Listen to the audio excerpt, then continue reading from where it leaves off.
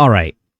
I've been watching the internet collectively lose its mind over the newly announced Steam Machine, Steam Frame, and the new Steam controller. And look, I get it. On paper, this is the trilogy Valve fans have dreamt about for years. Well, that and Half-Life 3, of course. But a console PC hybrid, Valve getting back into the living room, a new controller that isn't trying to be a copycat. Yeah, it actually sounds amazing.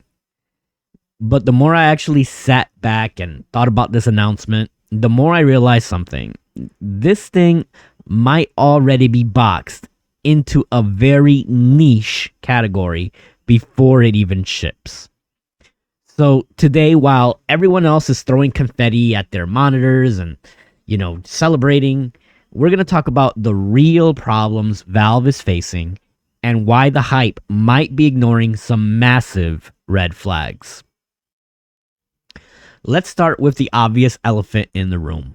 Valve refuses to sell hardware like a mainstream platform holder.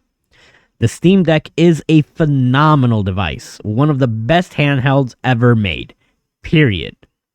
But it's still a niche product. Why? Because Valve only sells it directly through Steam. No Best Buy, no Walmart, no Target, no Amazon shelves.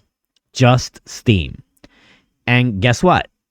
The new Steam machine looks like it's going to be following that exact same distribution model.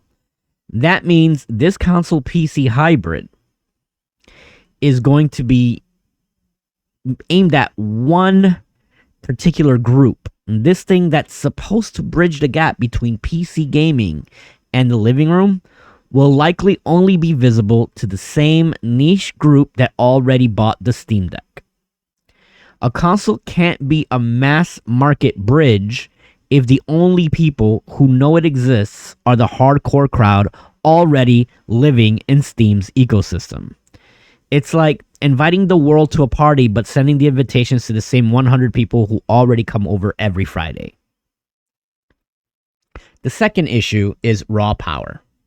And Digital Foundry got a look at the chipset, and yeah, it's weaker than a PlayStation 5.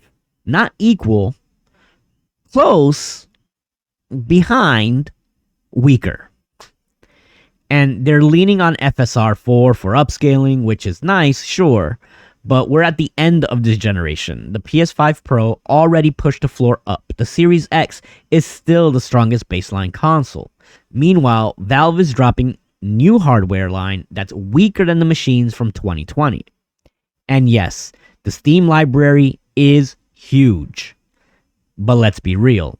Weak hardware plus PC ports equal inconsistent performance. This isn't Nintendo where weaker hardware is fine, but they make their own first-party games. This is PC gaming where ports assume you have overhead. Imagine trying to market this thing, the console PC hybrid, that's weaker than the consoles you already own, but more expensive than you want, and only sold on Steam. Yeah, that's a tough sell. But really, the biggest problem of them all, right? It's... Honestly, I don't know who the target audience is. Valve seems to be aiming for three groups at the same time, and none of them are a clean fit. 1. PC gamers. No shot. PC gamers aren't running to their libraries, to play on a TV at 60 frames per second.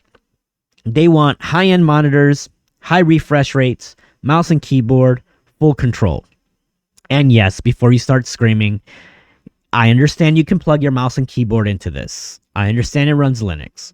But Valve is aiming for, and I quote, 4K 60 frames per second on this system. And it seems like not all of the games are actually going to be hitting that target. Console gamers, kind of complicated as well. They like plug and play.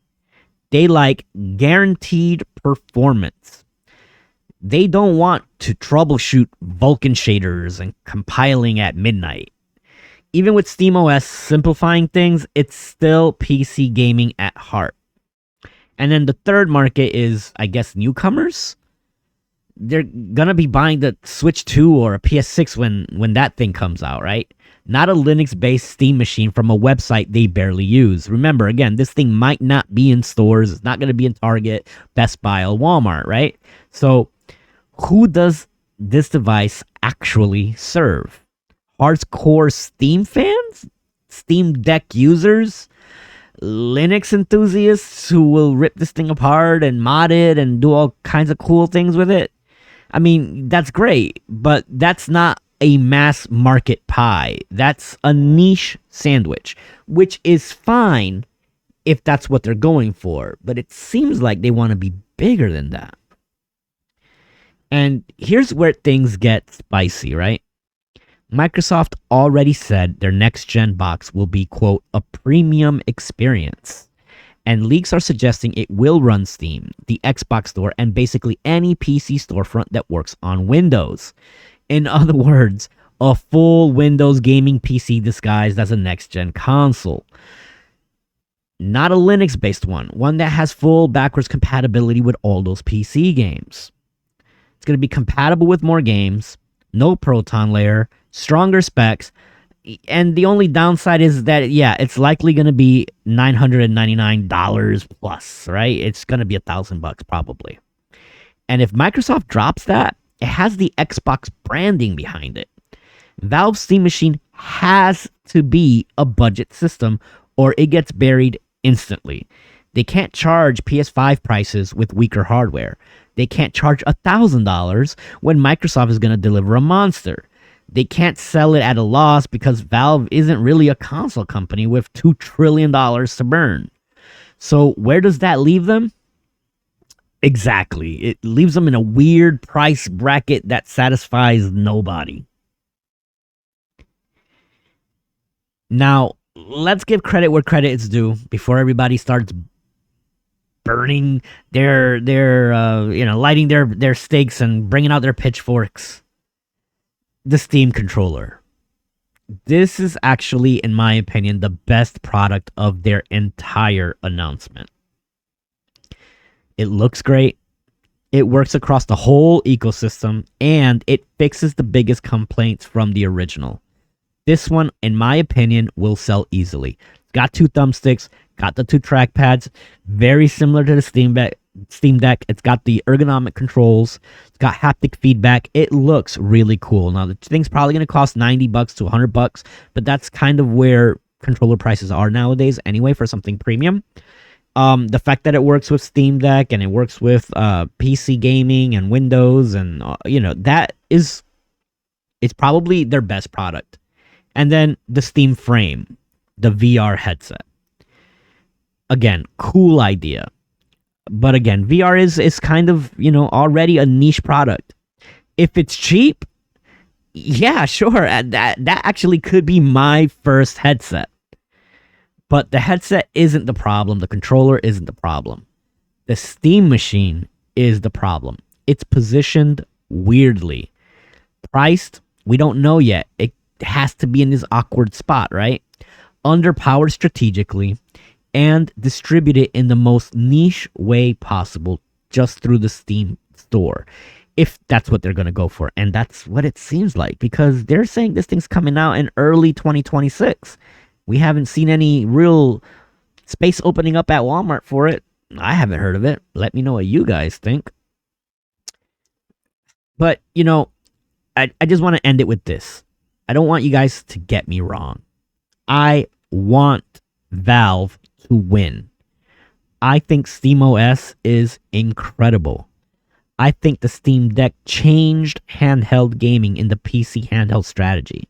And I love that Valve is shaking up the industry again. But this time, the hype might be blinding people. A console PC hybrid is an amazing idea. But the same problems that we attributed to the Xbox next-gen system, I'm going to give to this. What's going to be the execution? What's going to be the timing, the positioning, the distribution, the competition? It all feels a little bit off.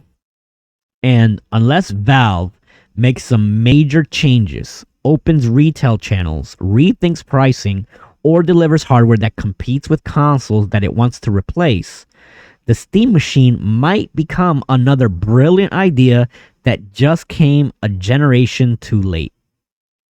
Let me know what you guys think down below. Do you think Valve can pull this off, or are they walking into a trap nobody on X wants to talk about?